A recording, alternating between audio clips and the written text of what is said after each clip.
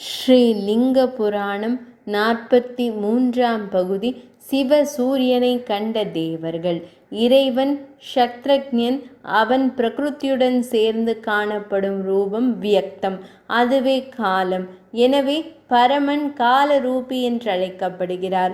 ஆகையால் க்ஷத்ரஜன் புருஷன், பிரகிருதி பிரதானம். புருஷன் அகிலத்தை படைக்கும் போது ஹிரண்யகர்பர் எனப்படுவார். பரிபாலிக்கும் போது தத்புருஷர் ஆவார்.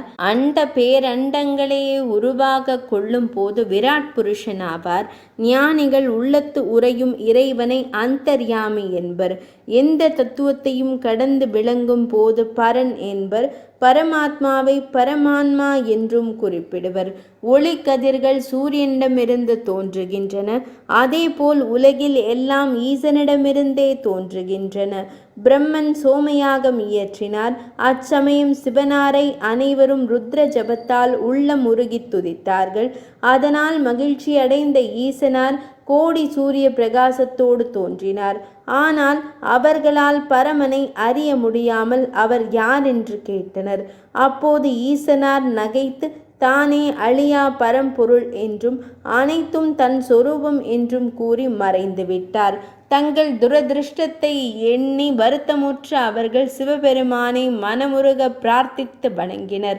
அப்போது அங்கு ஒரு பேரொளி கோடி சூரிய பிரகாசத்தோடு விளங்க, ஒளி மண்டலத்திலே 4 முகங்கள் 12 திருக்கரங்கள் கொண்டு தேவியுடன் காட்சியளிக்கும் சிவ சூரியனை கண்டனர். மேற்கு திசையில் வெண்ணிற சத்வோஜாத முகம், வடக்கில் சிவந்த வாமதேவன் முகம், கிழக்கில் பொன்னிற தத்புருஷ முகம் என விளங்கிய ஈசனாரை கண்டனர். மேலும் 4 திருமுகங்கள் கொண்ட பாஸ்கரன் வலப்புறத்தில் விளங்க, 4 முகங்களும் ஒளி திகழ் பானு பின்புறம், கதிர் ஒளி வீசும் 4 முக ஆதித்தன் இடப்புறம் கொண்டு நெடுங்கதிர் விரிக்கும் 4 முகங்கள் கொண்ட ரவியை கண்டனர். மேலும் கிழக்கில் வித்தாரை என்னும் சக்தி, தெற்கில் சுதாரை, மேற்கில் போதினி, வடக்கில் அப்பியாயினி, பீடத்திலே தீக்ஷ என்ற சக்தி, தழல் அணைய முகத்தோடு ஒளிரும் சேவை என்ற சக்தி ஆகியோருடன் சிவ சூரியன் அமர்ந்திருக்கும் கோலத்தை கண்டனர். மேலும் பவள மேனி வீழுத்தி, பனி மலர் தாமரை மேனி விமலை, கொங்கமலர் மேனி குவளை, விழி அமோகை என்னும் சக்தி, தவள நகை வித்துதை சக்தி சூழ்ந்திருக்க கண்டனர்.